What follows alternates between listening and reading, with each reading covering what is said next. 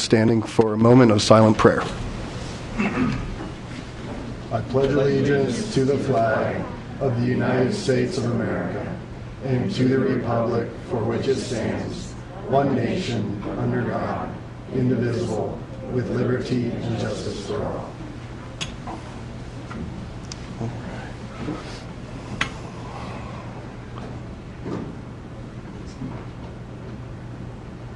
All right.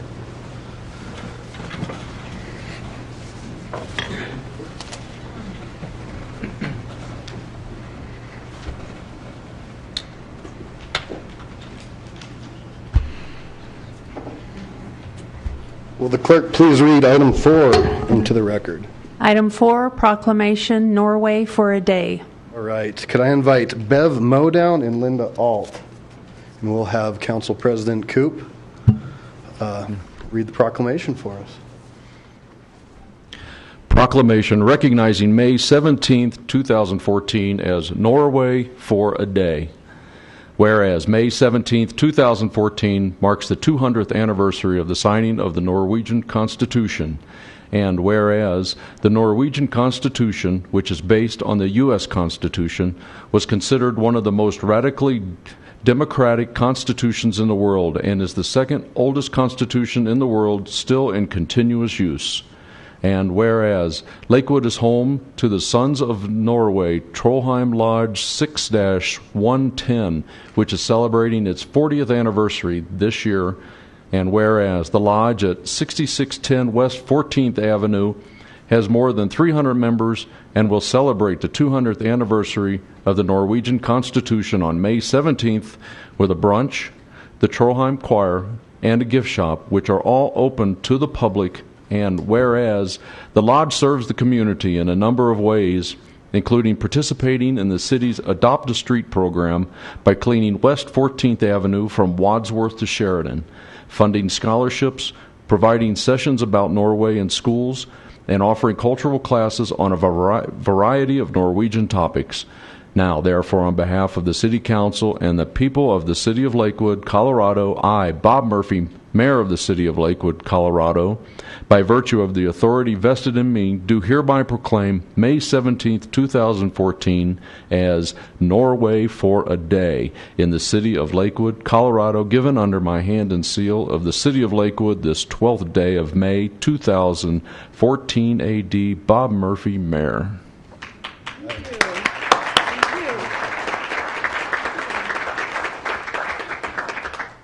Hello, my name is Bev Olson Moe, and my friend Linda Alt. I'm Finance and Membership Secretary for our Trollheim Lodge, and Linda Alt is our Zone Director for all of Colorado, for all the Sons of Norway members here in Colorado. We have about 323 members in our lodge at the present time. And this Saturday, we're going to be having our smorgasbord brunch. If anybody goes away hungry, it's their own fault. We have all kinds of Norwegian cheeses and foods, and it's just going to be very festive. You were given a brochure of our lodge, and it is like 1 block south of Casa Bonita, and just across the street from the Elks Lodge, if you're familiar with that.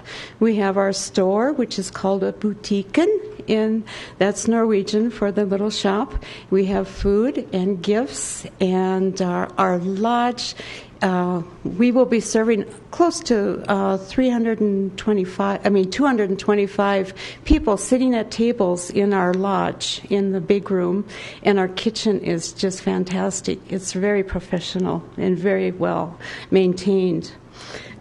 We have brought chocolates that are from Norway for the mayor to share with all of you. And yeah, we're glad he's gone. There probably won't be any left when he gets home. And I'd like everyone to know that Lena likes butter better than Oli. Thank you so much for honoring us.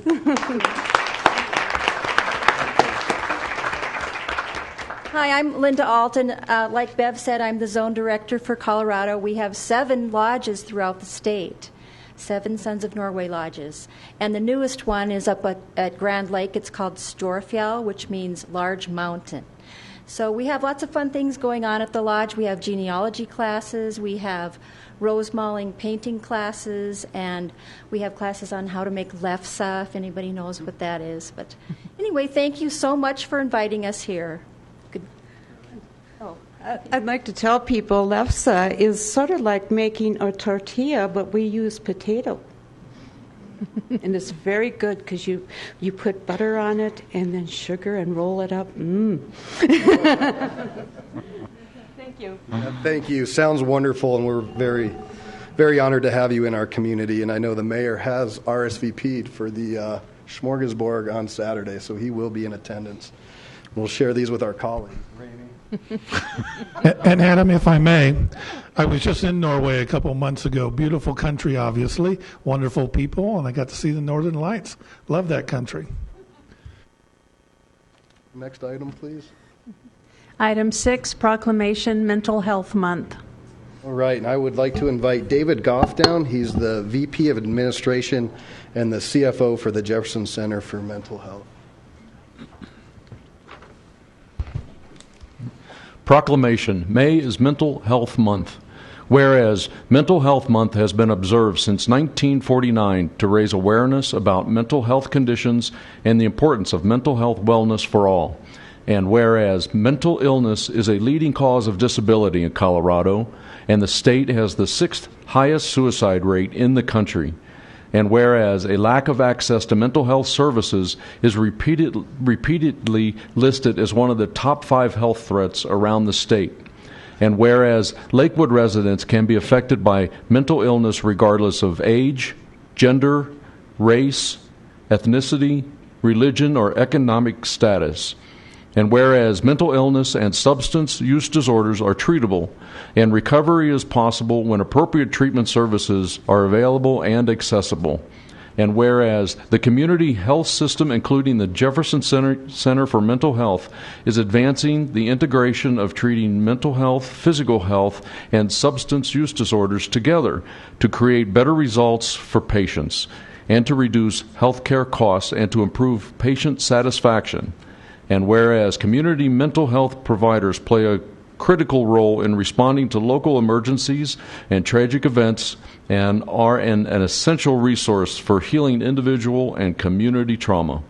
Now, therefore, on behalf of the City Council and the people of the City of Lakewood, Colorado, I, Bob Murphy, Mayor of the City of Lakewood, by virtue of the authority vested in me, do hereby proclaim May is Mental Health Month, and call upon all residents, government agencies, public and private institutions, businesses, and schools to commit to increasing awareness and understanding of mental health, providing appropriate and accessible services for all residents, and making mental health a priority.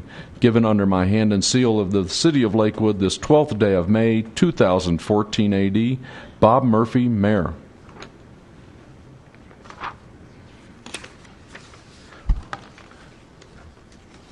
Thank you, council members. On behalf of the board, staff, and clients of the Jefferson Center for Mental Health, thank you for issuing this proclamation to recognize the importance of mental health and wellness resources for our community.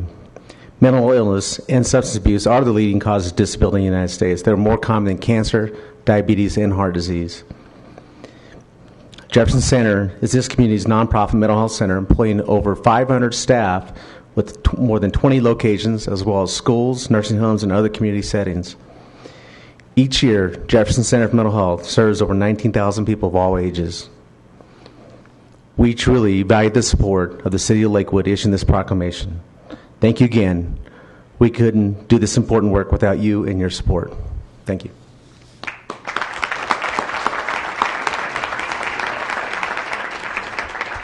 And I would just like to thank you and your organization. I think it'd be fair to say that everybody in this room could probably raise their hand as someone who's been touched by somebody with mental illness or substance use. So thank you for what you do, and we're proud that we can bring some awareness and hopefully help make life better for some folks.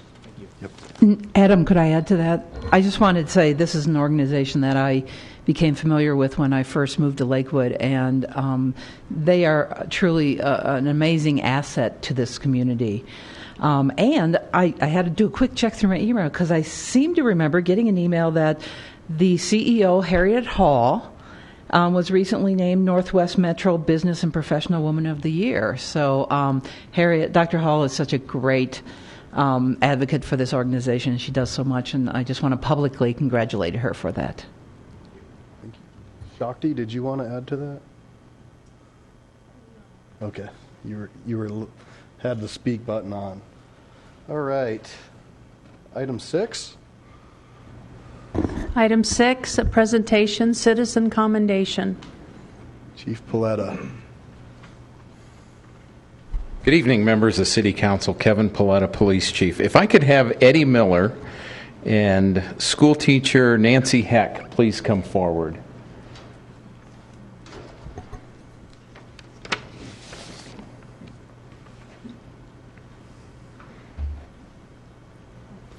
I didn't have a chance to meet Eddie prior to the ceremony, prior to City Council. I think he came in right as the bell rang, but it's nice to meet you, Eddie. This is a very nice award that we're presenting, Eddie, this evening. Shortly before 7:30 in the morning of February 3rd, 2014, elementary school teacher Nancy Heck was walking through an icy parking lot at the entrance to Lasley Elementary School. Her hands were full of papers and supplies for the day as she crossed in front of oncoming traffic. She lost her footing and fell on her back. Ms. Heck was unable to immediately get up and get out of the way of an oncoming car. The driver of the vehicle had just dropped off their child and apparently had not seen Ms. Heck fall in the roadway. 11-year-old Stuart Eddie Miller, Jr. had just been dropped off for school and observed Ms. Heck fall. He also realized that a car was pulling out and moving towards her with no indication of slowing down. Fearing Ms. Heck was in danger of being seriously injured by the oncoming car, Eddie jumped in front of the moving vehicle without hesitation to get the driver's attention. At the last moment, the driver saw Eddie and managed to stop the vehicle just in time. Ms. Heck stated that there was little doubt that this young man, this young sixth grader, had put himself in harm's way in coming to her aid. As a result of Eddie's quick actions, Ms. Heck was spared certain injury, if not worse. Eddie, you took an uncommon risk as a citizen of Lakewood to protect the life of another individual. I take extreme pride in awarding you the Lakewood Police Department's Citizen Citation for meritorious service, and I want to thank you. Thank you, Eddie.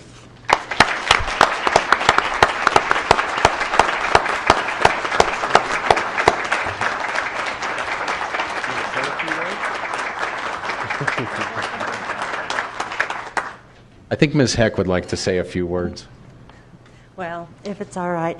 The story is true. I was walking across the parking lot, and it was a stop and drop zone, and the truck where I fell in front of was a big wheeled truck, a big giant truck. He couldn't see me, and I fell, and I was actually under the truck. He was in park, when I fell, and all my stuff went, and people are just moving. They're not, noticing. I'm not screaming. And I didn't know what to say. And so I hear the truck come into gear. I hear him pull it into gear. And I see those wheels starting to come. It's big. And I'm like, oh, my gosh. And Eddie, and I look over, no one's around, and there's Eddie, and he's like, jumping and screaming, taking the time. Other people are just passing by, and they didn't notice, but Eddie pays attention to things like this. He's an outstanding citizen. Everyone in the school says, oh, Eddie Miller, oh, we love Eddie Miller. Oh, Eddie Miller, he's such a neat kid. I want every teacher who has any contact with him. So, and now I didn't know him. I teach kindergarten, and he's in 6th grade. So, yes, he is an inspiration, and all of the children at school look up to him. My particular kindergartens, they know his name like it's one word, hero, Eddie Miller.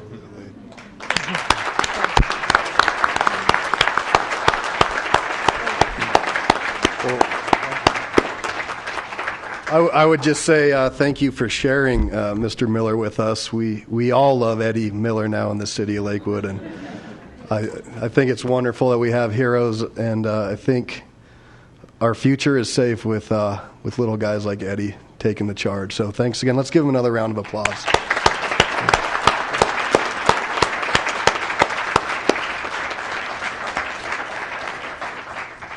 All right. Next on the agenda, we're going to move into public comment, and this is the point in the meeting where the public is invited to address the City Council on items that did not appear on the agenda. All comments should be directed to the City Council.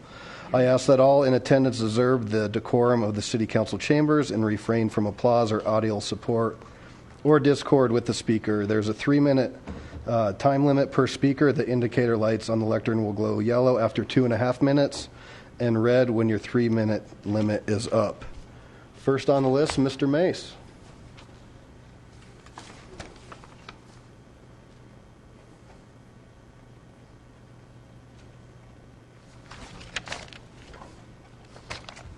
Welcome.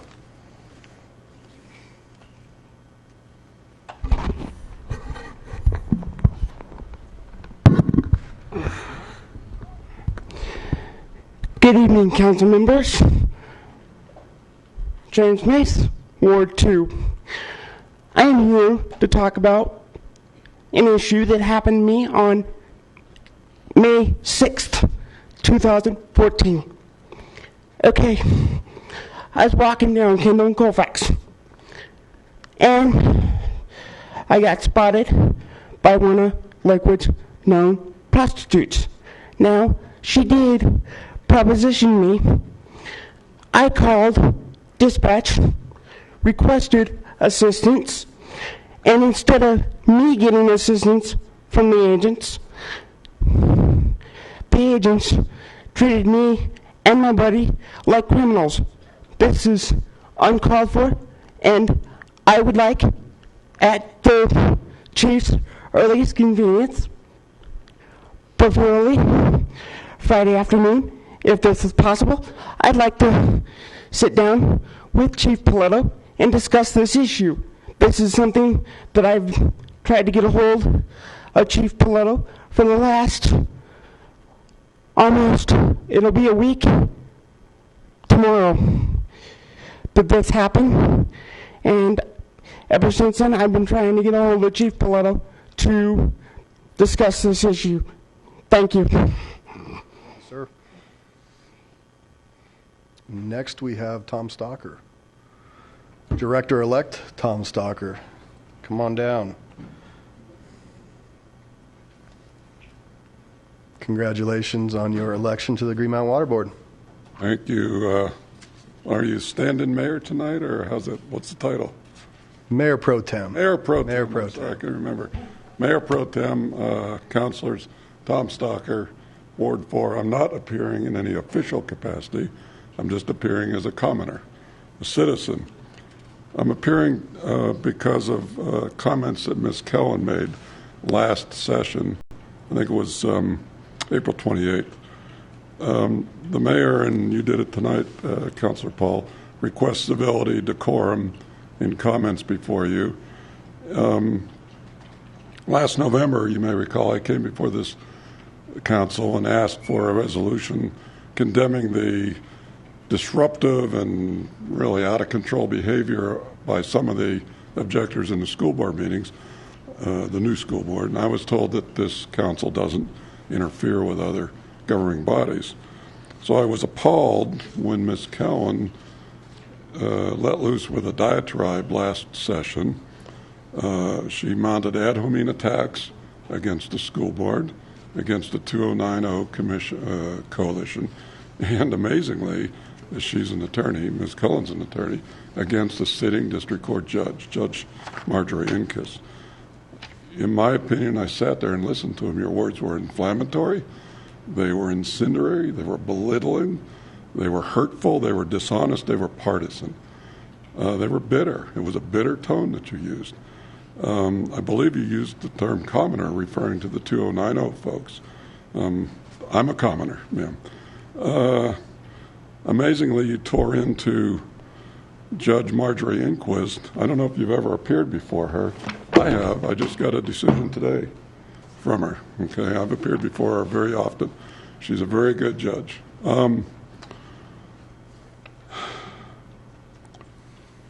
You're entitled to your personal opinions, ma'am. You're not entitled, in my opinion, to using your position as a sitting council member while in session to a diatribe against other governing bodies, against citizens who acted in good faith to try to preserve parkland and spent a lot of money of their own at risk, nor are you entitled to attack a judge. I would never attack a judge. I practiced before judges. I think your lawyer number is 29661. I don't know if you've practiced in court, but you just don't do that. Your statements made yourself look childish, partisan, and the fact that nobody on this council challenged them made everybody on this council look bad. It was uncalled for. I would like an apology, a retraction, or a censure by this council. Thank you, Mr. Stalker. Next, we have Lori Simpkins.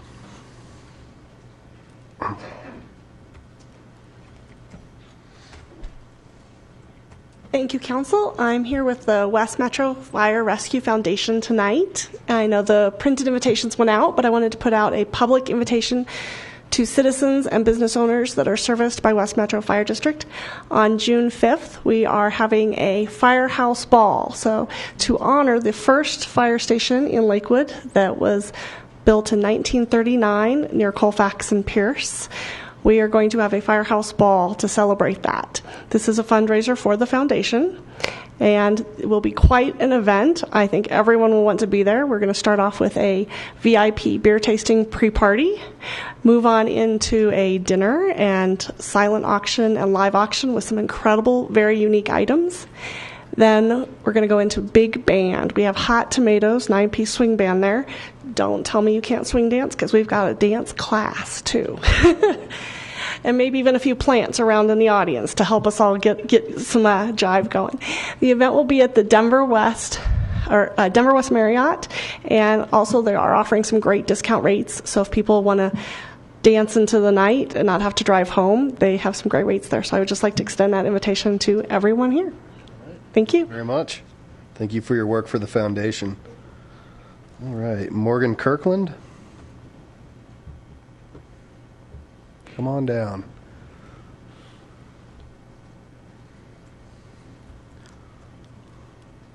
Welcome. Good evening, council members. I am here tonight to learn if the city of Lakewood can do something to put in sidewalks. That's great. Thanks. For the clerk's sake, could you share with us your address so we have that for the record? Yes, please? At 995 Chase Street. Okay. And in particular, where would you like some sidewalks? Sure, probably around my neighborhood, and also the 10th and Sheridan RTD stop is right there, and it looks good. A lot of people are starting to use it, but walking down 10th, there's really nowhere to walk to get there. So there's a drainage ditch that we could sort of fill in and put some sidewalks there. But yes, that would be my request. All right.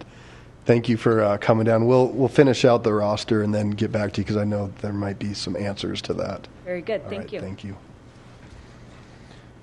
All right. Anybody else wish to speak who did not sign up? Ms. Kettner, come on down.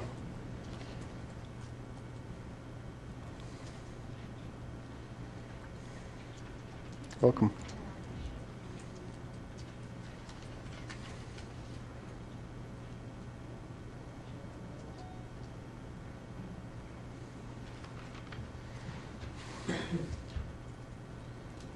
Good evening. Good evening, Mayor Pro Tem and Council. I'm here tonight to ask you to set aside some time in the very near future to have some detailed discussion on our city budget. I'm asking you to clearly direct staff to put together a budget document that truly and accurately reflects our expenditures and our citizen priorities. On August 5th, less than 9 months ago, your study session presented the 2013 Citizen Survey results. We were told that these survey results would be used by Council to, quote, set priorities for budget decisions. Page 14 of the report shows us what factors are important to Lakewood Council. I'm told this maybe won't show up very well, but I know you all have a copy somewhere too. The top 3 priorities for our citizens are crime prevention, overall appearance and cleanliness, and quality of overall natural environment in Lakewood. The 3 items that are lowest on the list of important factors to your constituents are building new amenities around light rail, a variety of housing options, and the city taking an active role in redevelopment. In only 3 minutes, I can't address all of the specific priorities which you shared with each other and the 2 citizens that made the long trip to Colorado Springs to hear your annual meeting. So I'll simply use an example, the mayor's number 1 priority that he's been very public about, which is the redevelopment of the Horseshoe property in the Federal Center. This redevelopment project, on which we have spent already over $70,000 through 2013 and continue to spend on this project in 2014, does not at all reflect the priorities of the people you are to represent. Now is also the time to discuss specific line item details of the budget and our actual expenses. For example, what's the specific amount budgeted for, quote, special projects? What is the reason that some council retreat expenses consistently come out of the non-departmental budget rather than the city council budget? Is this just a clerical error, or do we not budget enough for our annual meeting? And what happened to projects that were budgeted for in 2013 but fell by the wayside? For example, the City Council Policy and Procedure Manual update. Once again, I'm asking you to set aside time within the next 2 months before staff has their documents prepared to have detailed discussion to make sure a valid, good document is put together with your priorities reflected. And I'm asking you to fulfill your promise to use the citizen survey results to set those priorities. Thank you. Thank you. Anybody else? Mr. Little, non-agenda? Yeah. Perfect. Yeah, certainly.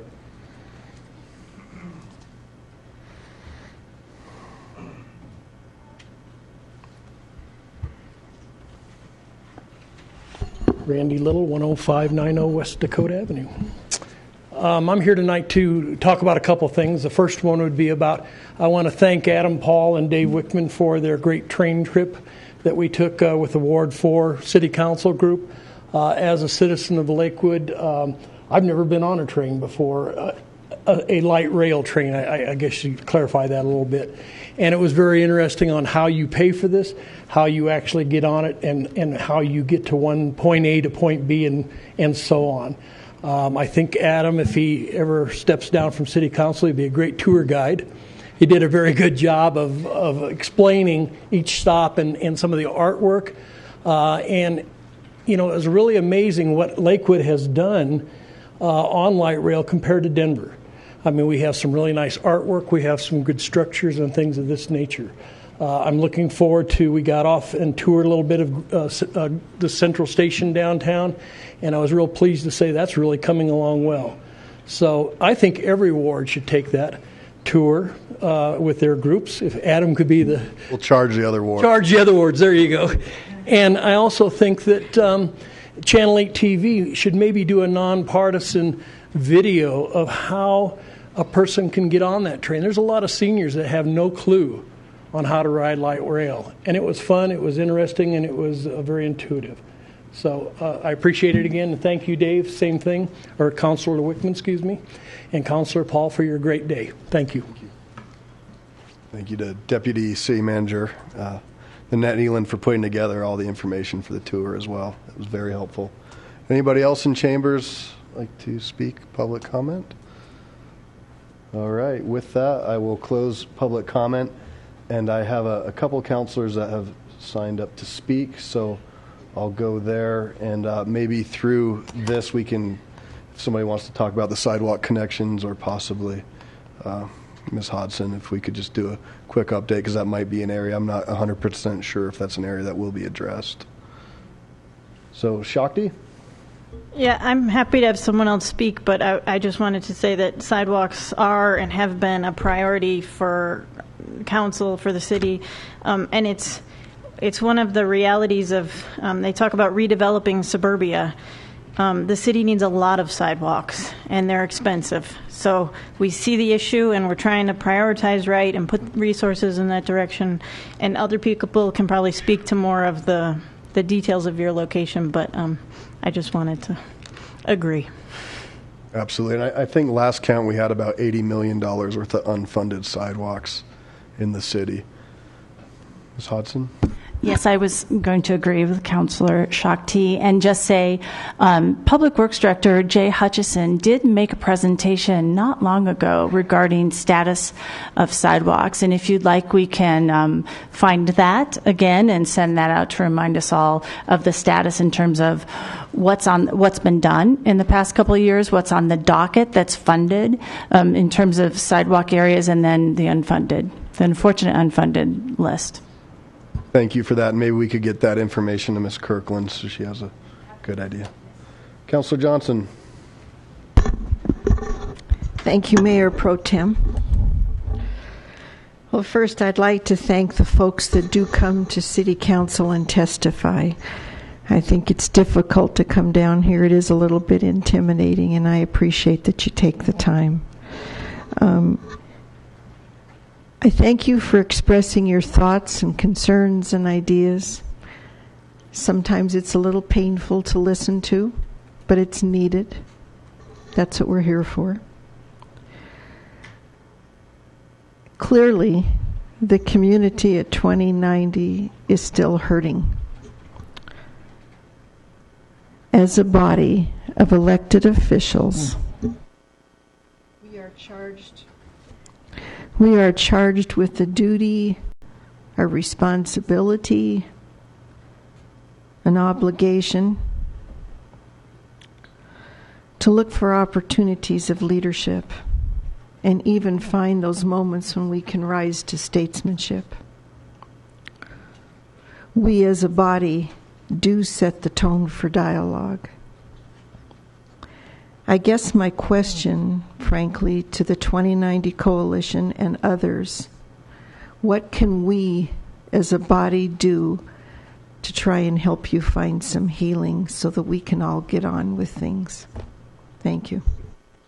Councilor Kellen? Yes, I feel like I need to respond to Mr. Stockard. And in my comments 2 weeks ago, I guess it was, I specifically did not blame the 2090 Coalition. I blamed the school board because as a taxpayer in Jefferson County School District, I was and continue to be appalled that the school district did not fight for a large asset that belongs to the kids of Jeffco.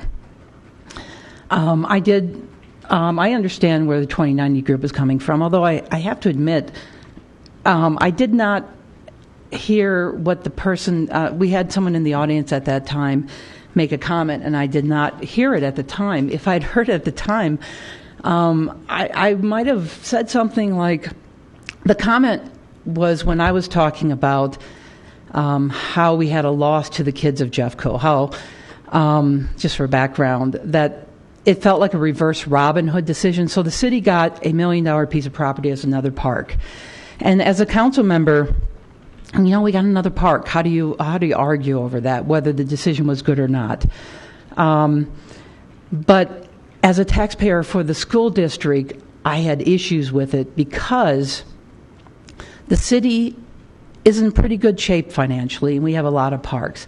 And the school district is and continues to struggle and has cut many tens of millions of dollars from its budget. So to have the elected board not protect the assets of those kids, I find and continue to find appalling.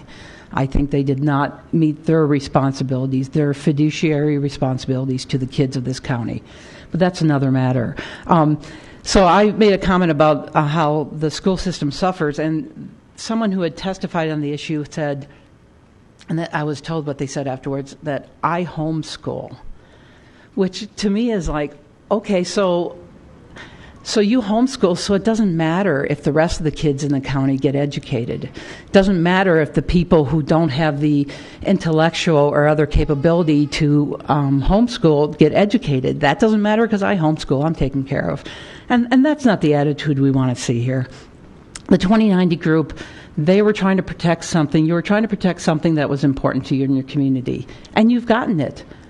I'm not going to put bad motives in your mind. You were doing that. I will, in every opportunity, criticize other elected officials who do not stand up for the people that they're representing, for their fiduciary responsibilities to our kids. That is the most important thing that we have going on here, educating our kids. Now, criticizing the judge was probably not the smartest thing I've ever done as a lawyer, but I'm not a courtroom lawyer. I never plan to be in front of a judge, so I will criticize people as I think appropriate in the situation, and I will not be apologizing for my statements. Councillor Quinn. I just wanted to add something to switch back to the sidewalk discussion. There's been Ms. Kirkland, there's an effort that's been going on, the Sheridan 20-minute neighborhood study, which is something that's, the work on that is going on with the West Corridor Collaborative. So there's a whole planning effort going on around the Sheridan station. There's definitely an acknowledgement that we have a serious problem with sidewalks and bike lanes in that area. So long term, there's going to be an effort directed towards that area specifically. So I just want to make sure you were aware that that was an ongoing project. And it's actually jointly between the city of Lakewood and Denver, as well as some other parties that are part of that collaborative. Thank you. So Councillor Wickman. I hate to get into these things. Like Ramey, I prefer to take the civil approach, but I feel like there's some things I just can't stay silent on anymore. Councillor Kellen was mentioning fiduciary responsibility, and one of the things that I've heard in the last two meetings that concern me is whether or not we as council are meeting our fiduciary responsibilities to the citizenry. And I remember when we had this whole 2090 conversation, I know the documents were very confusing, and I understood that it was confusing. But when it came down to doing what's right, as a leader, that's what I'm supposed to do, it was straightforward and obvious to me that this was an asset that belonged to the people of Lakewood, and the best thing that I could do for the people of Lakewood is stand up for it. And I couldn't for the life of me understand why the rest of the council wasn't following suit. And I guess Councillor Kellen has raised some issues to me that are concerning, and I'm beginning to wonder if perhaps her motivation and some of the others was, rather than looking out for the well-being of the citizens of Lakewood, were they looking out for the well-being of the school district? Now, we all have an interest in the kids in the school district, but the way to do that as a city councilor is do like I do, make a cash contribution to the schools. But it's inappropriate to take city assets and give it to the school district just because we want to fund the school district. I think that's a violation of our fiduciary responsibility, and like I said, that concerns me deeply, and that's all I'm going to say. Let other people get in the last word. Anybody else? All right, public comment is closed. Thank you very much. All right, next up we have the consent agenda. The use of the consent agenda has been made to expedite council action. It contains both resolutions and first reading ordinances. Resolutions are items of routine nature. Members of the public will have an opportunity in a moment to comment on any of the proposed resolutions. First reading ordinances appear on the agenda only for the purpose of setting future public hearing dates and ordering the newspaper publication of the proposed ordinance. No public comments will be heard this evening on first reading ordinances. The public will have the opportunity to comment on the proposed ordinances during the scheduled public hearings on the dates set tonight by the City Council. Any council member may request an item on the consent agenda to be removed for separate discussion and action under general business. Will the city clerk read the items on the consent agenda into the record, please? The consent agenda consists of items 8 through 12 inclusive. Item 8, Resolution 2014-19, reappointing Mark Hunter to the Metro Wastewater Reclamation District Board of Directors. Item 9, Resolution 2014-20, a resolution by the Lakewood City Council confirming the city's commitment to encourage healthy opportunities and choices for members of our community. Item 10, Ordinance 2014-12, amending Sections 2.20.050F of the Lakewood Municipal Code pertaining to compensation of the municipal judges. Item 11, Ordinance 2014-13, authorizing the purchase of a network fiber router, including a supplemental appropriation to the 2014 annual budget in the grant fund. And item 12, approving the minutes of the regular City Council meeting of January 13th, 2014. Fantastic. Thank you very much. This time I will open the public comment period on the proposed resolutions contained in the consent agenda. At the conclusion of the public comment, a vote will be taken on the entire consent agenda with exception of any items that may be removed by council. All right. Now, if you've already provided your address on the sign-in sheet, you need only announce your name and city of residency when you begin speaking. If you have not provided your address on the sheet, we ask that you state it for the record. There's a 3-minute time limit. Again, it'll glow yellow at 2.5, red. It won't cut you off, but we might cut you off. So, first up, I have signed up to speak is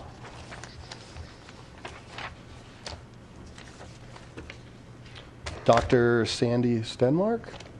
Come on down.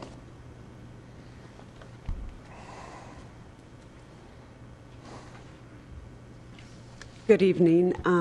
My name is Sandy Stenmark. I'm a physician with Kaiser Permanente, and I am here to ask for you to endorse the Heal City and Town campaign because you can actually do more for health than I can with passing legislation such as this or a resolution such as this.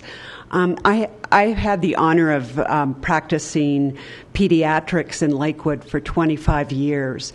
And during those 25 years, I unfortunately saw childhood obesity triple. I saw asthma rates increase in our children. I saw the increase in attention deficit disorder. I also saw the parents have increasing rates of obesity and diabetes. I, as a physician, can counsel and educate people about the need to be physically active and eat healthy foods. However, I can't give them access to the environments that they need that will really promote health, but you can. And I think we've already had some discussion about the need for sidewalks, which you're well aware of. But there are other things that you can do to promote healthy environments so more of our citizens can be healthy, have less rates of chronic disease, less healthcare costs.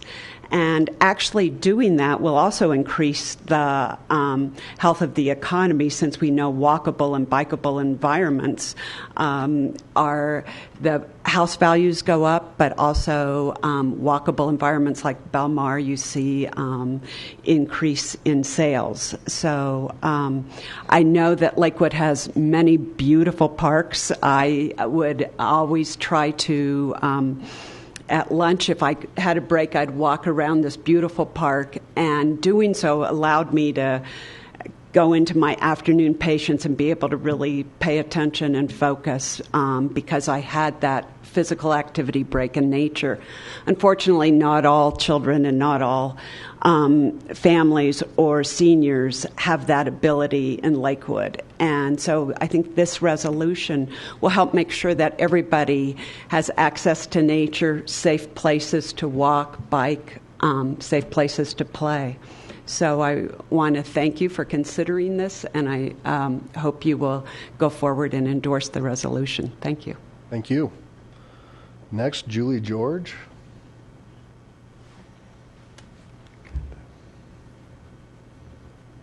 Welcome. Members of the council, my name is Julie George. I'm with Liverville, Colorado, and I'm the director of the Heal Cities and Towns campaign. I want to say special hello to Councillor Johnson. I'm just here tonight to support your passage of this resolution, obviously. I'm really excited to have Lakewood on board. You all have already done great work. This conversation about sidewalks exemplifies that you already have active living on your radar screen. I think Dr. Stenmark already put forth a lot of the reasons why it's important for you as city leaders and how the environment impacts the way your residents can live, so I won't repeat any of that. But wanted to congratulate you on the work that you've already done, and I'm excited to work with you as you move forward. And I did want to say that I really do think your resolution is one of the best that we have had so far. You'll be our 21st municipality to join, and I was so excited to see the statements that about health equity and serving those in underserved areas. I don't think I've seen that in anybody else's resolution thus far, and so I was excited to see that, and I look forward to working with you all. Thank you. Thank you. Mr. Abel.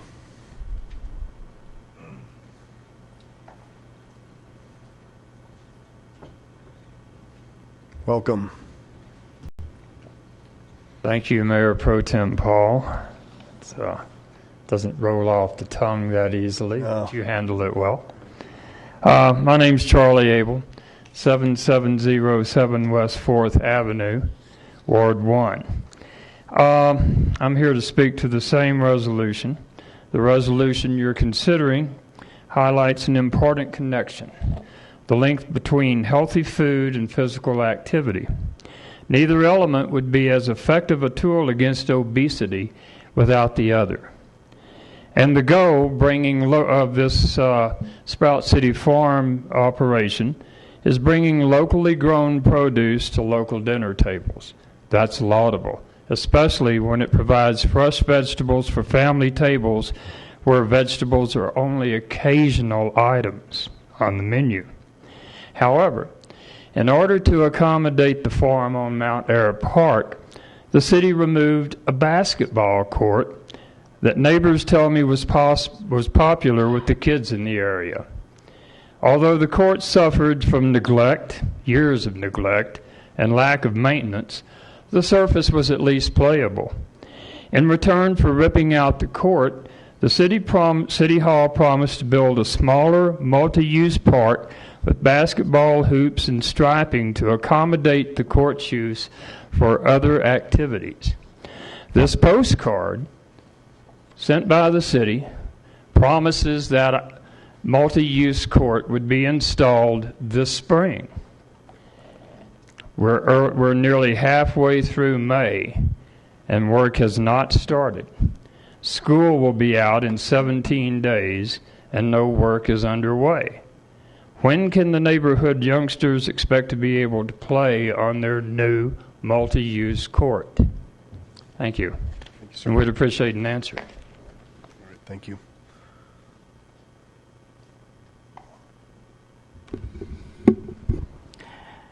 We can get additional information and get back with you with the answers from Mr. Abel. Thank you very much. Is it Gay Woods? Come on down.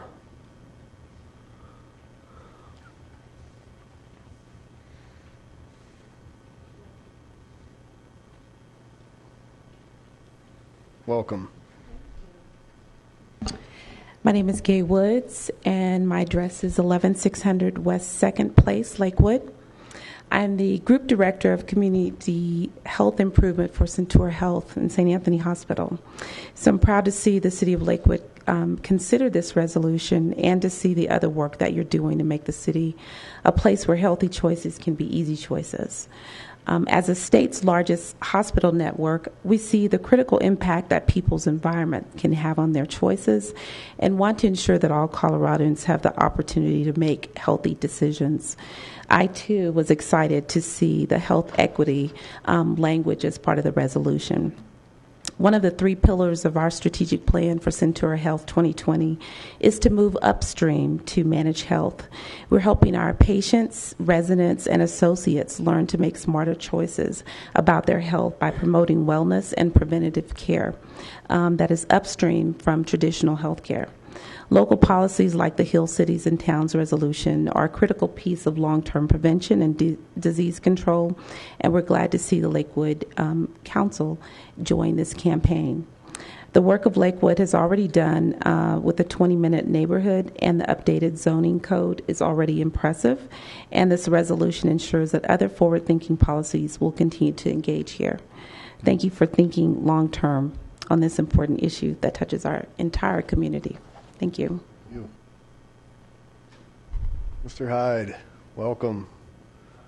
Ward 4. Well, as Mayor Pro Tem Ward said, I'm a resident of Ward 4. My name is Ted Hyde. Members of the council, thank you very much for a couple of minutes tonight. Like speakers preceding me, I just wanted to say that I'm pleased and, in fact, proud that the city in which I reside is considering this resolution, specifically Resolution 2014-20. Thank you very much for your consideration of it. As you've probably heard over your time on council, obesity is what they say is a cross-cutting issue in Colorado and here in Lakewood. It's very much an economic issue. I think as called out in the draft resolution, the state does spend over $1.6 billion a year treating obesity and related chronic disease. And that does apply to Lakewood too. Of course, not on that same level, but it does trickle down to local communities. So I'm very pleased that City Council is considering a resolution that will promote policies to really advance healthy eating and active living for all ages and abilities here in the community. As I think about my time in Lakewood to date and time going forward, very excited about the city's current active living resources, again, for all ages and abilities, as well as access to healthy foods. So thank you very much for your consideration of this, and I strongly endorse it. Thank you. Thank you. That is all who have signed up. Anybody else in the audience like to speak on the consent?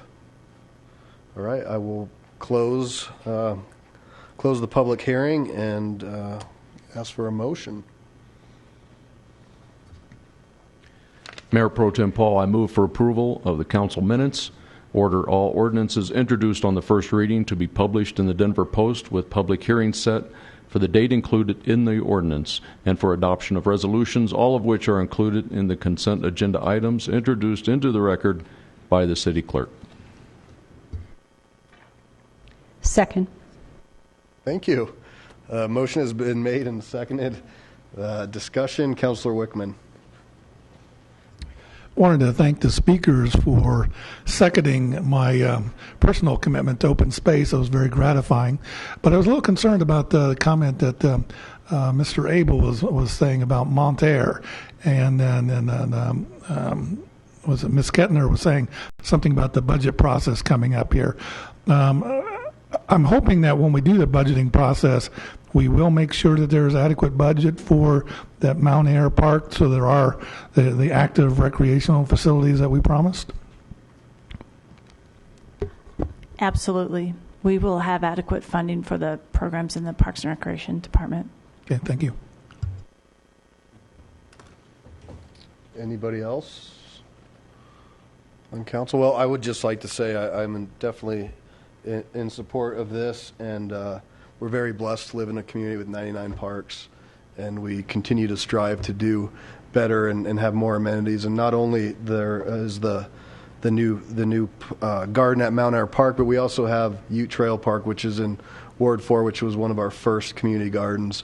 We're continuing to make it easier for people in the community to have community gardens and find better connections and find better resources and avenues for activity. In fact, we just got some Fitbit zips, and unfortunately I lost mine because it's the zip, so next I have to get the wristband so make sure it's attached to me.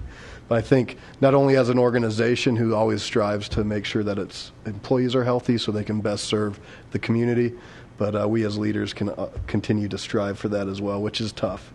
So it looks like I have some folks who want to speak now. Councilor Quinn. Yes, I just wanted to... Sorry, I could turn on my microphone, I guess. I just wanted to say how important there is, as far as the connection between the built environment and a healthy community. I went to the International Making Cities Livable Conference last year in Seattle, and that was one of the most important findings they talked about was the very important connection between the built environment and a healthy community. Having places for people to ride bikes, to walk, to encourage them to do those kinds of things, very important. And also, the other point I wanted to make was, one of my great heroes is Theodore Roosevelt, and his when one of his speeches, he talked about the importance of the strenuous life, about getting out there and being active. And that's something we kind of lost in the era of multiple television, not stations, but cable TV, the internet, video games, easy access to fast food. And we need to get out there again and start living the strenuous life. And I think this is certainly a step forward in that direction. Thank you. Councilor Kellen. Thank you. I too want to comment on, I appreciate the people coming forward and talking about this great effort. I've had the privilege of working with Sue DeMore, who's the regional administrator at GSA, on a project as part of my day job to work on fitness in the workplace and with federal employees generally. And we had the four prongs when we hit 3 of them tonight. So we do the smoking cessation, which frankly, at the EPA downtown, that's not much of a problem. I think we have a half a dozen people in the entire building of 600 people that smoke. So that's not a big deal. But the other pieces are eating healthy, moving more, and mental health. And so I think this is a great opportunity to also plug the fact that Councilor Johnson and I do a monthly ward meeting. And she's been planning our ward meetings for most of the year, and I thank her for that. She wanted to take July and August off, so I've decided I'll take over those, and we're going to do a monthly walk.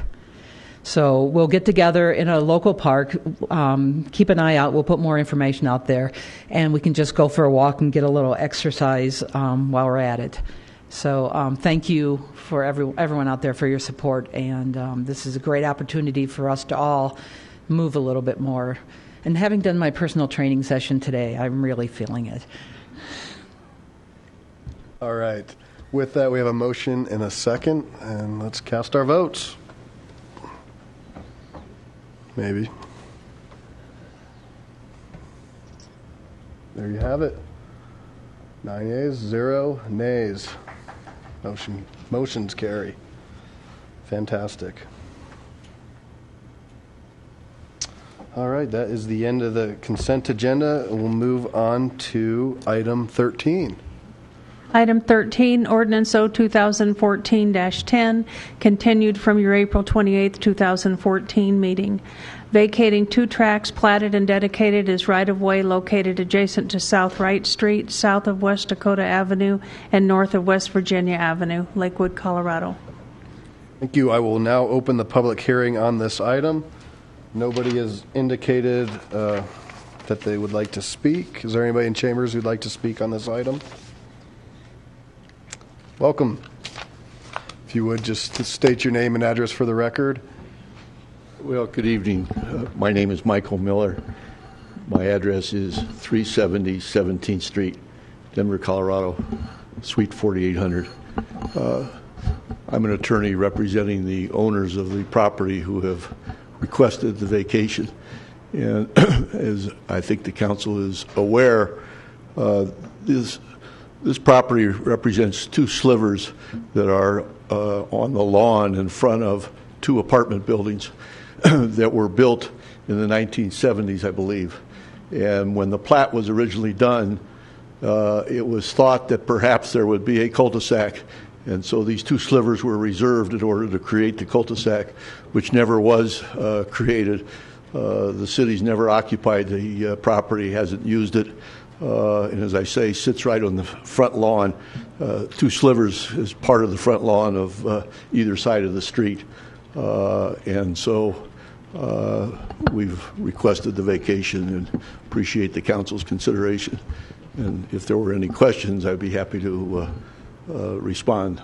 As far as I know, there's been no objection, and the staff has not received any objection. Thank you, sir. Anybody else? All right, I will close the public hearing. And ready for a motion. I move for the adoption of ordinance O 2014-10 on second and final reading. Second. Any discussion from council? All right, there's a motion and a second.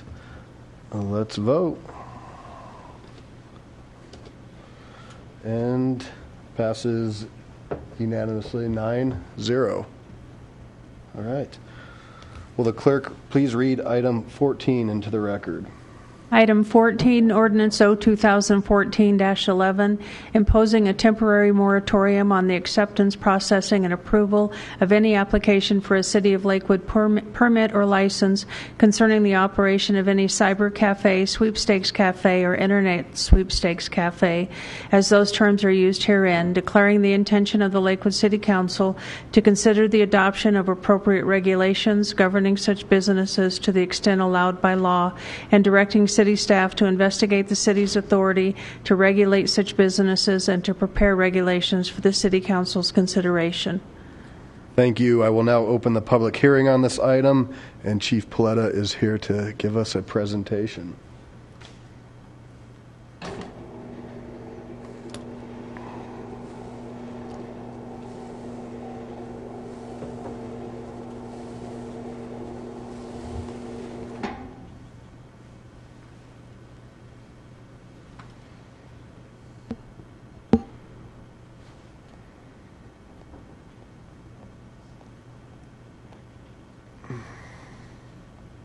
Good evening, Mayor Pro Tem Paul, members of City Council. I'm still Chief Kevin Paletta. I'm here to give a presentation to Council on the Cyber Internet Cafe moratorium request. As Council knows, approximately 3 weeks ago, you were given a white paper that was prepared by Sergeant Don Yamick of the Lakewood Police Department outlining our position or our concerns about the cyber sweepstakes cafes. And tonight I'm going to give you a presentation covering some of the key points of that, also answer any questions that you might have. And since that white paper was prepared, there has been some action that has been taken care of at the state legislature with regard to this that was not part of our original discussion on this. This matter first came to my attention back in March of this year, and when I was contacted by a gentleman who is a representative with a cyber sweepstakes company, and he was asking that the city consider putting in regulations with regard to cyber sweepstakes cafes. His concern was that some of the businesses that operate these establishments require regulation, and he felt that before Lakewood had any of these businesses, it ought to consider regulating these businesses. That was my first acquaintance with the business, and I also believe it was Deputy City Manager Nealon's first familiarity with the business, so we started doing some research on them. Cyber internet cafes are businesses that began opening in around 2005, mostly in the southern part of the United States. If you were to go into one, they are businesses that have banks of computers. Typically, they're set up to resemble slot machines, and they are access you to sweepstakes. These are generally located in strip malls. And I have some photographs from some cyber cafes that have appeared across the country. These are also in locations throughout Colorado, Pueblo, Colorado Springs, Aurora. I just had a division chief return from Grand Junction, and he saw one in Grand Junction as well. How do these businesses work? As a customer, you would go into the business. Again, they're typically located in strip malls. You will purchase promotional items. Typically, these promotional items are cards for internet access or for long-distance phone access. When you purchase these items, you are given promotional credits that will allow you to participate in the sweepstakes games that can be found on the computers inside the establishment. Typically, the promotional items are viewed as kind of loss leaders to get you to purchase the credits that go into the machines. The amount of credits that you acquire increase with the amount of money that you purchase. The credits work like money in the slot machines, And as a result of your participation, you can win prizes from those slot machines. Those prizes can be coupons, those prizes can be other valuables, and those prizes can be cash. So you can win cash from your participation in the machines. In a Bloomberg Business Week report in April of 2011, it was estimated that each machine makes anywhere from $1,000 to $5,000, giving the appearance of, and maybe even the reality of, this is localized gambling. Some of the discussion around what may or may not make this localized gambling. Typically, with regard to gambling, there are three elements that are required for something to be considered gambling. First is it's a game of chance.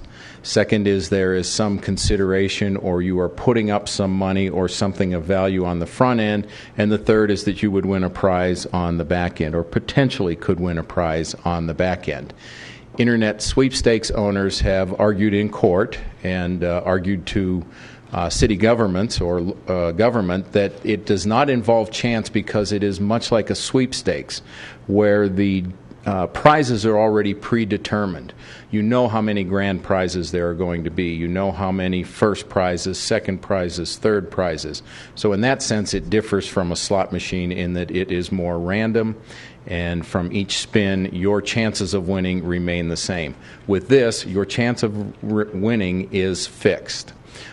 They would, as we've talked to the owners, they would equate these businesses or these activities very similar to some fast food sweepstakes games, where you go in, you purchase fast food. As a result, you can pull a tab off of a product, and you have a chance of winning a set number of prizes. So what are the concerns about this particular business or this particular activity? First of all is the appearance of and quite possibly the reality of gambling. It is an unregulated gambling in many communities. There is no regulation of the machines. They're not calibrated either by state or federal standards. So there is no way to determine if the consumer is being treated fairly through the use of these machines. There's also no licensing of the owners of these businesses. Unlike gambling where extensive backgrounding and licensing is done, these businesses are not required for any type of license or backgrounding. There's no requirement to report profits. There is no requirement to exclude minors from playing in these, although there is a requirement that a minor cannot claim a prize if they were to so win. They are not paying any gaming-related taxes, so there are no revenues generated from this that better the community, such as the Greater Outdoor Colorado Funds, educational funds, animal welfare funds that the state gambling generates. And one of the arguments that's frequently discussed in the readings on this is that it tends to target lower income and elderly participants with their activities. This is actually, Colorado is not on the forefront of this. Many of the states across the country have seen this, and as I mentioned earlier, it's been in effect since about 2005. Courts in California, Michigan, Florida, North Carolina, Arkansas, Alabama, Texas, and New Mexico have upheld convictions or seizures of machines as this being a form of gambling or a form of illegal lottery. Also, the Fifth Circuit Court of Appeals, the New Orleans, Louisiana court, ruled that this is an attempt to legitimize an illegal lottery. So there have been court rulings. There have also been state rulings on this. Also, several states have taken steps to outlaw cyber internet sweepstakes cafes. New York, Ohio, Florida, Pennsylvania, and Mississippi. California Bureau of Gaming issued an advisory that the state law prohibits this. They have also made arrests in California, Florida, Georgia, New York, New Jersey, where owners have been arrested and successfully prosecuted. As I mentioned earlier, there was a House bill before the legislature this year, had bipartisan sponsorship in the House. Representatives Lawrence and Becker introduced the bill. This bill was to ban cyber sweepstakes cafes from Colorado. Now, I want to make it clear that what we are asking for tonight is a moratorium on cyber sweepstakes cafe. We're not asking that they be banned. Because of our concerns, or at least our need to fully understand these businesses, to understand if we would make recommendations to council on further regulation of these businesses, to gain further legal interpretation from the Attorney General's office, and to await any further action by the Colorado legislature, we are asking for a moratorium, especially since we do not have any of these businesses in Lakewood at this time. One of the key concerns that has come up in states where they have taken legal action against businesses has to do with businesses that have already opened. We are in an envious position in that we don't have any businesses as far as we know, and we've done some research on this. We don't have any businesses that are currently open, so it wouldn't require us to shut down an existing business. So it would just stop any proliferation of these businesses in Lakewood. The House bill was intended to ban the businesses. The House bill passed the committee on a vote of 10-1 in favor of supporting the ban, supporting the House bill. It also passed the full House on a vote of 61-4. It was supported by the Attorney General's office, Colorado District Attorney's Council, CDAC, the Department of Revenue, and the State Sheriff's Association. Quite honestly, chiefs have had expressed concerns about these businesses, but the State Chiefs Association hadn't made a formal position or taken a formal position on this as of the time of this bill. It was also introduced at the late session, so it did not get through the Senate. In fact, it was postponed indefinitely in the Senate. The talk I heard was that they wanted time to assess its impact on business, particularly on businesses that are already open under this business model. So staff recommendation is a one-year moratorium on this type of business that would preclude the opening of any cyber sweepstakes cafes in Lakewood. It would allow us time to monitor any actions the state legislature takes. Also would give us time to seek and receive, hopefully, Attorney General's decision on the legality of these businesses and whether or not these businesses should be regulated much like the gaming industry. Also, if there is either no action from the legislature or if it is deemed to be legal, or in this case, excuse my double negative, not illegal or not required to be regulated the same as the gaming industry, what sorts of regulations would we want in the city of Lakewood to make sure that the right business owners are operating these businesses, that the businesses are fair to those who participate in it, and that it creates a safe environment both for the business and for the community that patronizes the businesses. So with that, that's staff's recommendation. We are recommending a one-year moratorium. Quite honestly, that might be cutting it a little close, particularly if the legislature waits till the end of session next year to impose a bill.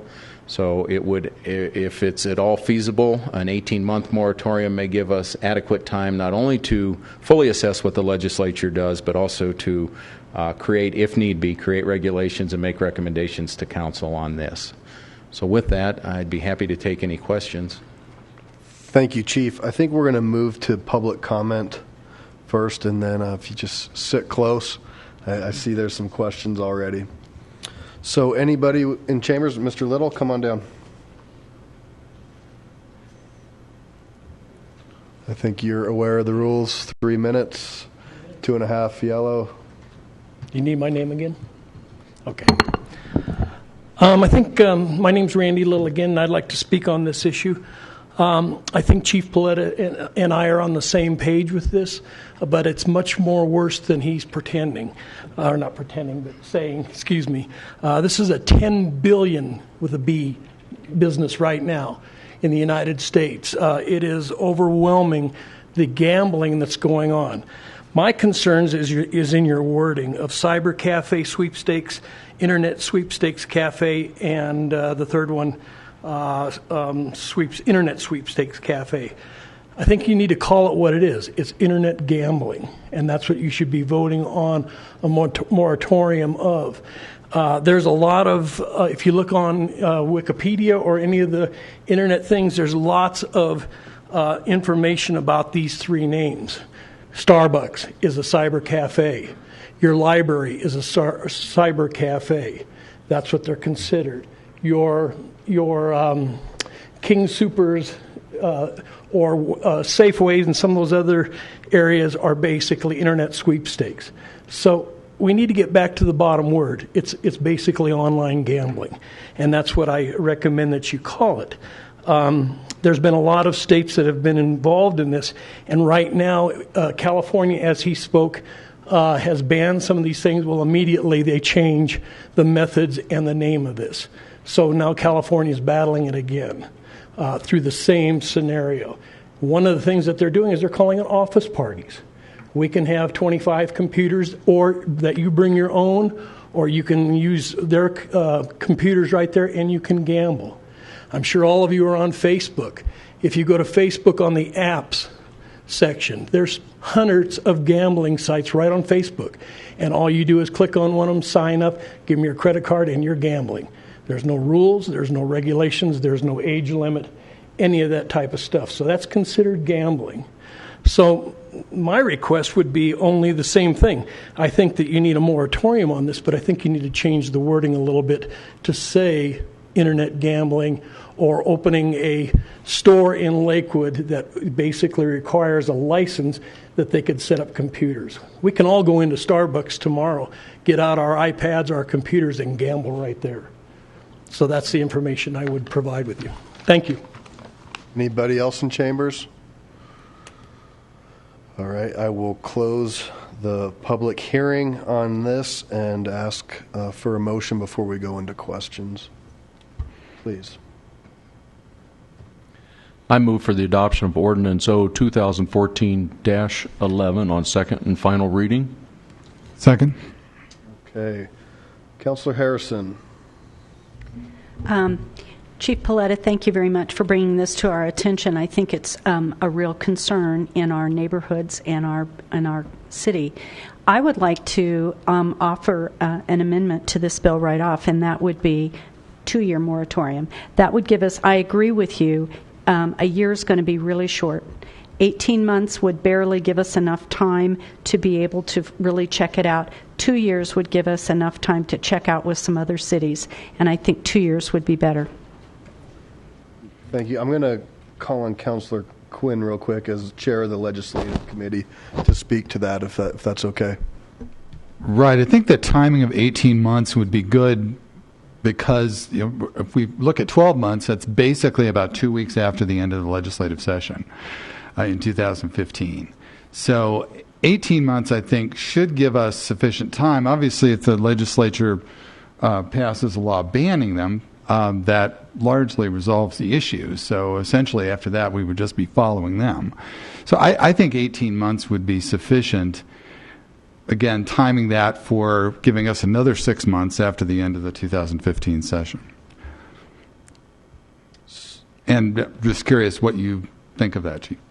I think staff could prepare, if this is deemed legal and if there isn't a state ban on it, I think staff could prepare a recommendation to council within 6 months following the legislative session in 2015 with our recommendations for potential regulation of this business. So I think 18 months would give us sufficient time. Okay, thank you. Councilor Harrison, do you mind a friendly amendment to that motion to 18 months? I'd just as soon see 2 years. Okay. So is your motion a 2-year motion? I second that. We have a motion and a second to expand the ban from 1 year to 2 years. Moratorium. That's key. Moratorium. Thank you. From 12 months to 24 months. It's 12 months now. The discussion was about changing it to 18 months. And then the motion is 2 years. 2 years is the motion. So cast your votes.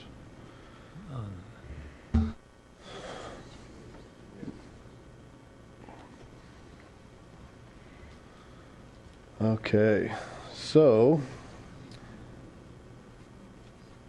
who are we missing?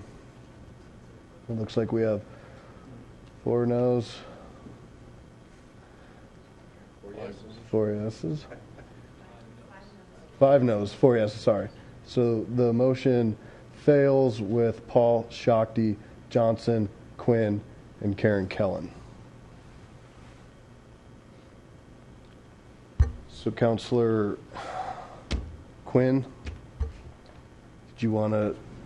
Yes. Okay. So the motion at this point would be to amend ordinance number 2014-11 to change the moratorium from 1 year to 18 months.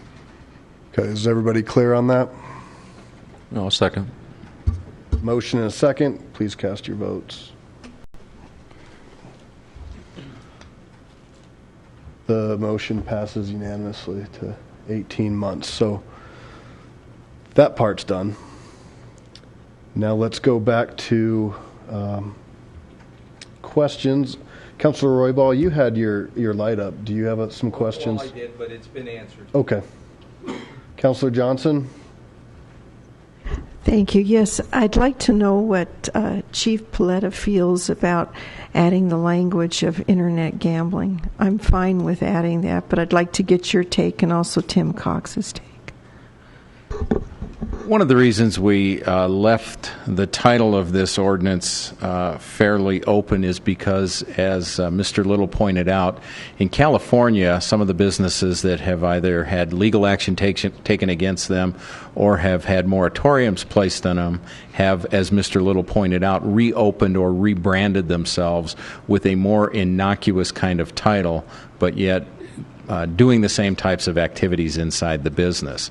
So having a broader title over these allowed us to at least consider businesses that are trying to rebrand themselves, but that are still participating in the illegal activities or the potentially illegal activities, such as the sweepstakes participation and that sort of thing. The gambling, I might defer to Tim on the gambling. My concern with the gambling is if it is determined that it is not gambling but rather a sweepstakes, would that get us into too much of paint us into too much of a corner in terms of our regulation of it? Yeah, just a couple of thoughts on that. I was rereading some of the media coverage of the legislation while we were talking tonight, and those stories used basically the same terminology that we used. We tried to capture what they're calling themselves and what they're being known as generally, because they can change their stripes. I would point out too, Mr. Little correctly pointed out that there are forms of quote unquote gambling that anyone can engage in on the internet today, and we wouldn't want to have a moratorium that went farther than was necessary. We don't have the ability to prohibit or even temporarily prohibit those types of activities when we're focused on these businesses, the brick and mortar businesses that allow this kind of activity to go on. Regarding the chief's comment, I think it is almost a chicken and egg problem. If we call it internet gambling, is it gambling? If the state says it's not, then what have we imposed the moratorium on? If it is, well, it may already be illegal activity, and we may not need a moratorium. So I think the intention, Mr. Little's intention, is well-founded. There may be other terms that will come along that some of these businesses will use during the term of the moratorium if it's adopted, and we may have to react to that as well. The point was not to label them, but to address the activity and try to encompass that. And I did just want to add, the vote has been cast, and I think it's an appropriate one, but just for the record, with regard to the length of the moratorium, with any kind of government moratorium on activity, the general rule is as short as reasonable, no longer than really necessary. A year has been recognized in a lot of contexts as a reasonable period of time, depending on the circumstances. In this case, we did not anticipate legislation, so we planned it for a year, and then all of a sudden there's the bill at the 11th hour. And it would be tight to keep it at 12 months. I think there's a reasonable rationale for making it 18 months. The 2 years, in light of the fact that 18 months would get us past the legislative session and then still give us a cushion, may push the envelope a little bit. So I like where we ended up with 18 months. I think that's very legally supportable. So, and if I may, Councillor Cox, add to that, I think the definition from Mr. Little is all-encompassing, meaning what you could do in the privacy of your home. And we're not trying to affect what goes on in the home. And by, I think, adding the internet gambling restriction, that's what you're trying to do. This is for storefront properties, commercial operations that we see popping up that need to be licensed. Would that be a fair kind of distinction? That's right. We're focused on, as I said, the brick and mortar businesses, not on March Madness basketball pools. Absolutely. Yeah, I mean, you could still go into Starbucks tomorrow with your iPad and go offshore gamble. There's nothing we can do, and I'm not sure the federal government can do anything about it, but that can still take place. This is the brick and mortar side of it. Exactly. Councillor Coop? I don't have a question. It's just a comment. We don't hear a lot from the police department bringing issues like this before us and initiating these things. And I just want to say I appreciate the forethought to protect our more at-risk citizens in Lakewood to be on the forefront and keep these out of the neighborhoods. I appreciate that. Thank you. Councillor Shakti? In terms of the wording, I'm a little concerned by cyber cafes that might be overbroad, but the truth is I've never been to a cyber cafe in this country, so maybe they don't exist. But it is a non-gambling type of business, so... Yeah, Any thoughts on that? If I could address that. I was a little surprised when the chief and I first started talking about this issue and the term cyber cafe came up. I thought of what I think you're considering, which is a place where people go and use the internet access while they have a hot drink. That's a term that a lot of the businesses are using. One of the business that the chief referred to that was a former law enforcement officer who's serving as a consultant for the business. Their name is, I think, Cyber GT Cafes. So they not only use it generically, but specifically.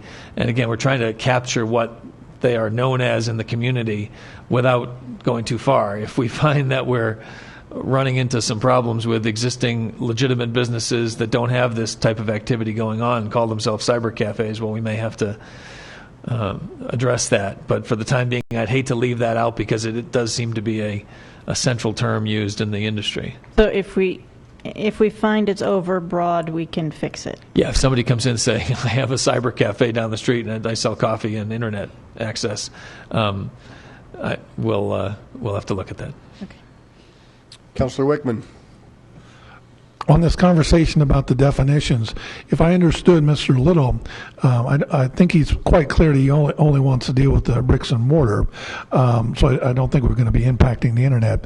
But his use of the broader term internet illegal gambling strikes me as a good idea. Can't we keep the language we already have? Add in his suggestion about the broad language, and then between the two, I think we've covered all the bases, wouldn't we? Theoretically, I think, again, the problem we're having is it has not been identified yet as gambling. If we were imposing a ban because it's illegal activity, first of all, it would probably already be illegal and wouldn't have to determine that. But we're waiting for, like, the State Division of Gaming to chime in on this. We're waiting for the legislature to take action, as they came close to doing. And if it is illegal gambling, the chief and I were talking about this before the meeting a little bit. Not to be too facetious, but to say a moratorium on illegal gambling sounds like a moratorium on crime. It's imposing a limit on something that you can't do anyway. So until it's determined to be gambling, I'm loath to use that term in the discussion here, even if that's what we think might be going on. I might add to that comment. This is, I think, the discussion that we're having, and maybe some of the complexity of this issue is one of the central reasons we're requesting a moratorium is because we're trying to distinguish what exactly this business is. Is it gambling? Is it internet gambling? Is it gambling that needs to be regulated by the state, or is it something that is a completely separate entity?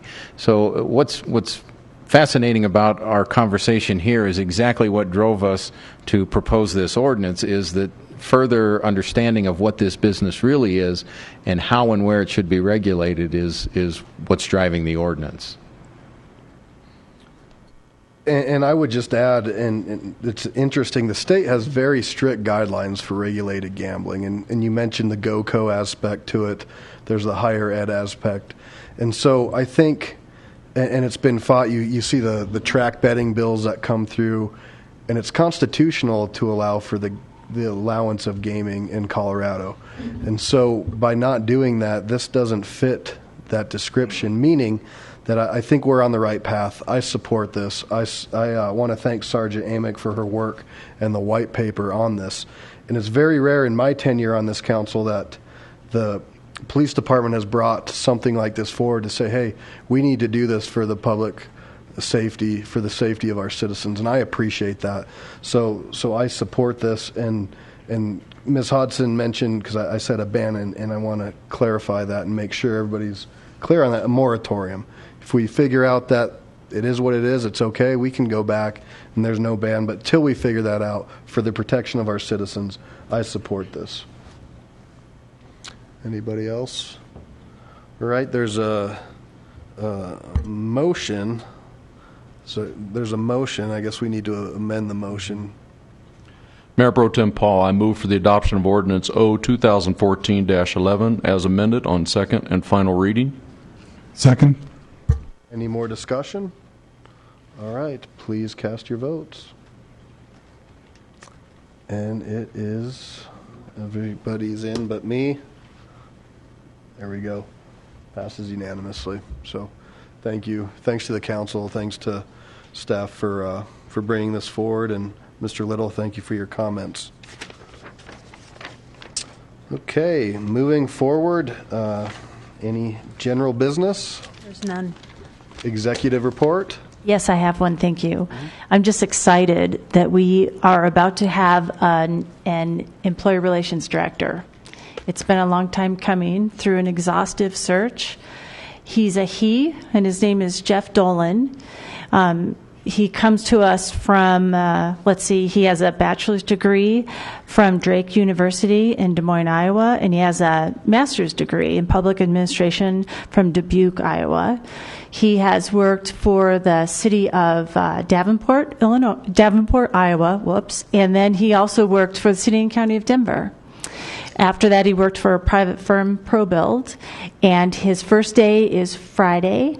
And on Monday, I will bring him to this meeting and give you a chance to meet him. Again, his name is Jeff Dolan, and I hope you'll help me welcome him to a long career with the city of Lakewood. Thank you. And he's a he? He's a he. And it's actually it's uncommon. Usually in human resources, it's often dominated by females. So we have an entire department of very high-performing female employees who have a male director. So I'm looking forward to having him here, Jeff Dolan. He's a he. Thank you, Ms. Hodson. And I know that this was quite a process, and we appreciate all the hard work you and your staff. I think even brought in people from outside the organization. So we're thrilled to have him and excited to meet him. Thank you. And yes, in fact, he went through many 1 hour long interview panels. So we're just lucky he kept coming back for them. And I think through a real exhaustive search, we're confident that this is going to be a nice fit for this organization and for the employees of this organization. Fantastic. All right, just a couple quick things I wanted to share. I had the opportunity to go hang out with the Lakewood Sunrise Optimist Club at 7 a.m. And they're pretty cheerful for 7 a.m. I guess that's because they're optimists, but it's a great group. And I just want to stress, I know some of the folks up here belong to service organizations and in the room, but they do such a wonderful job. And it's a diehard group. It's not a big group, but they get out there and they do a lot for the community. So it was an honor. I got to fill in for the mayor for an Arbor Day celebration. Councilor Shakti was there. We were at Belmar Elementary School, and John DeZilo and Chris Archuleta do a wonderful job every year. This was the first time I got to take part in it, but they've probably planted over 50 trees over there with fourth graders over the years, and it was really cool. The kids got to get out there and water the tree and fill in the dirt and do all the dirty work. We got some good pictures, and we also got seedlings. And I took mine home, and I have a little pot. It's about this big. So that's pretty cool. And we also, many of us had the opportunity on Friday to attend the Hispanic Chamber of Metro Denver annual awards luncheon. And David Perez from Taruma BCT, right here in Lakewood, was named the Businessman of the Year. So it was really cool and really great to be a part of that celebration. Council President. Thank you. First of all, kudos to Mayor Pro Tem Paul. Nicely done tonight. Good job. This Sunday is the Colfax Marathon. Expect streets to be closed around Colfax starting about 6:30 all the way till probably at least 10:30. There are a number of street closures, too many to mention here. Big thing to remember is that if you got to get to work or you got to go to church, just plan ahead. Kipling is going to stay open.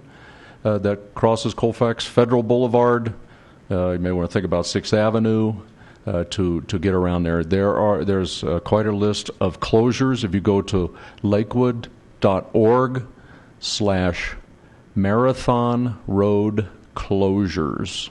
That's lakewood.org/marathon road closures. You can get the whole list of road closures for this Sunday.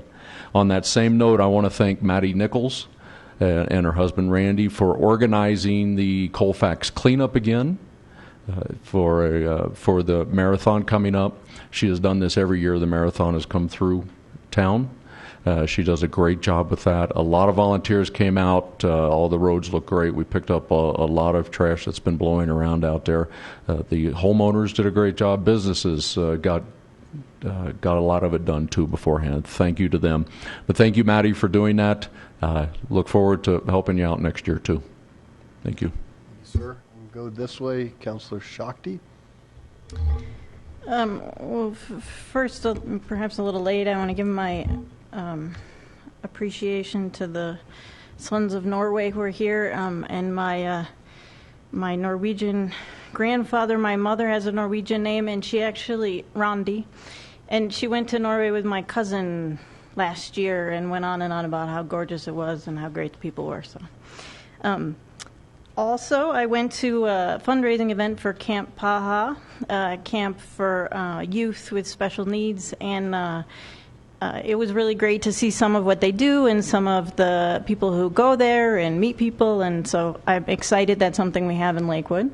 I also went to the award ceremony that the police department does, and one thing that struck me about their award ceremony that was a little different than most you go to is that 2 of the awards were for saving someone's life, and if you count the one tonight, that makes 3, so thank you for all you do. Thank you. Councilor Roybal. Oh, thank you, Mayor. Pro Tem. Hey. I got to get used to saying Mayor. Real quick, Shakti and I will not be having our Ward 3 meeting this month, but we will be having it in June on the 28th as scheduled, but it will be at Lasley Park. We're going to have a community picnic. Just a quick reminder to put it on your calendar. And here we go. And the last thing is the World War II Veterans Memorial on 10th and Wadsworth. It has been cleaned up. We have solar lights there. The flag is now flying. So it is cleaned up. Just want to let everybody know where it's at. It's on 10th and Wadsworth, right next to the Lakewood field. So it's on the west side of 10th and Wadsworth. It's kind of hidden, but if you follow the big flag, you'll eventually find it. And that's it. Great, thank you. Councilor Johnson, I bet you have something to say, huh? I do. Something pretty exciting, maybe? Well, that too. A couple things. Right. Thank you, Mayor Pro Tem. First, I would like to invite everybody this Saturday to the Ward 1 meeting. Our friend Chris Howes, who actually is a lobbyist for the retailers, is going to be coming and talking about the very important issue of the Marketplace Fairness Act. It deals with taxation of internet sales.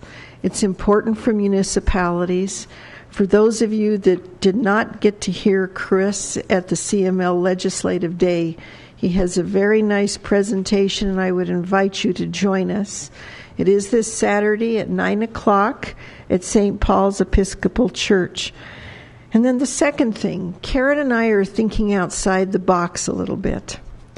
And our June meeting will not be on our normal third Saturday, but on the fourth Saturday. And working with City Manager Kathy Hodson, this particular ward meeting will be at the old City Council chambers, which is in the police office or administration. My good friend Lynn Johnson, who is the Director of Human Services with Jefferson County, is going to be coming and talking to us about the timely and serious issue of human trafficking. I'm inviting all of the wards to join us. It's something that you're hearing about more and more on the television, CSNBC.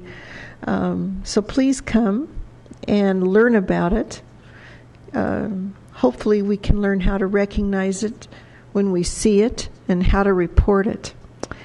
And then the last thing that I have to say, I'd just like to take a moment of personal privilege. My husband Walt and I became grandparents for the very first time last Friday. I would like to thank my very beloved daughter-in-law, Christine. She humbled me by giving me the honor of being with her in the room during the time and when Miss Emma Claire came into this world. I am unbelievably grateful to her. I watched a miracle. Thank you, Christine. And my son Roger had a little bit of part of that too, earlier. Thank you. That's fantastic. Congratulations. Councilor Quinn? Thank you. Well, last Thursday I had the really fun experience of standing in for the mayor as the keynote speaker at the O'Connell Middle School Junior Honor Society induction ceremony. It was really fun to see all these young people being inducted into the Honor Society, and it was great because I got to pull out some of my favorite quotes to use with them about success. So that was really a lot of fun. I also wanted to give a special thanks to Allison Scheck and Ross Williams and the whole team that put together the open houses on Carbony Park Master Plan. They did a fantastic job. I don't have all the names for everybody, but they really did a great job on that, and we're looking forward in the future to a really great park at that location, or I should say an improved park. And so they just did a really great job on that. The other thing is, last Friday I went down for the Union Station ribbon cutting for their new bus concourse, and it's really a fantastic building. It is a silver LEED certified by the American Green Building Council. It's a fantastic building. It just does not have the feel of a bus concourse. It doesn't feel like a bus station at all. It's really great. And that was a fantastic experience. And there's going to be some more ceremonies over the next few months. I think the major grand opening, if I'm not mistaken, is going to be in July. But it's so great to see that building, that whole area, just rise up as this kind of symbol of the progress we've made in the Denver metropolitan area and in bringing back the past. You know, Union Station was originally dedicated in 1881. And it's great to think about how a great idea like that has come back. So thank you very much. Councilor Kellen. Yes, I'm just going to piggyback on what Councilor Quinn said a little bit, because I also went. I did not go on Friday, went Thursday night and saw the bus station. And I have to admit, I mean, every time we have another opening related to this West Corridor and our light rail coming through the city, I get a little giddy. Because it's been such a wonderful asset for the city. It's really changing the nature of Colfax and the area around there. It's revitalizing it, and I see it. I ride it to work nearly every day, and I've been watching it get busier, and more people there. The parking garage is getting fuller. People are using it not just to go to work, but they're using it to go downtown to go to games. And after the Avs playoff games, which ended way too soon, there are always a ton of people waiting at the light rail stop. So this has just been such an exciting, wonderful thing to have, especially after going through the process of getting it in, because a lot of the folks who have been up here for a while know that it was not an easy process getting light rail through Lakewood neighborhoods. The residents put up with a lot. The staff put up with a lot. And there was just RTD, they put it through, and we're just happy to have it there now. So thank you, everyone, and that's all I have. Councilor Wickman. I want to give a shout out to the Lakewood Stake, the LDS Church. This weekend they did a community service project up at Farringer Ranch. They had scores and scores of families, including kids, out there building a Frisbee golf course, whatever that is. But anyway, I got out there and finally got some exercise. I do it once or twice a decade. And, I had a good time. But anyway, real shout out to those guys. The LDS is just great about always doing all sorts of great projects. And the beauty of it is it's people working together. They were working, in this case, with the Foothills Recreation District. So they had their employees out there as well, directing what we were doing. But what a great collaboration. So great job, guys. Councilor Harrison. Thank you. Couple of things. First of all, our Ward 5 meeting will be this Friday, 8:30 a.m. at the Our Savior's Church at the corner of Jewel and Garrison. Better get at the right spot or we're in big trouble. And our speaker will be Gary Theander. I hope I'm pronouncing that correctly, who is the Agricultural Ditch Company spokesman, which will be talking to us about dam safety. And I didn't cuss. It'll be talking about the Smith Reservoir, which is one of the reservoirs that are actually owned by the Aggie Ditch Company, about what does it take to be inspected and how frequently do they do it, and all that kind of stuff. So I'm really looking forward to that. Also wanted to say thank you to the Lockmore Homeowners Association meeting. They asked me to come and talk with them, and I got a chance to meet a whole lot more wonderful people in the city of Lakewood, which was great. And then tomorrow night, Tom and I will be participating in the Southern Gables Homeowners Association, celebrating their Sustainability Award and some other things. So we're really looking forward to that. Thank you very much. Fantastic. A lot of stuff going on. So thank you all for tuning in. We will adjourn the meeting.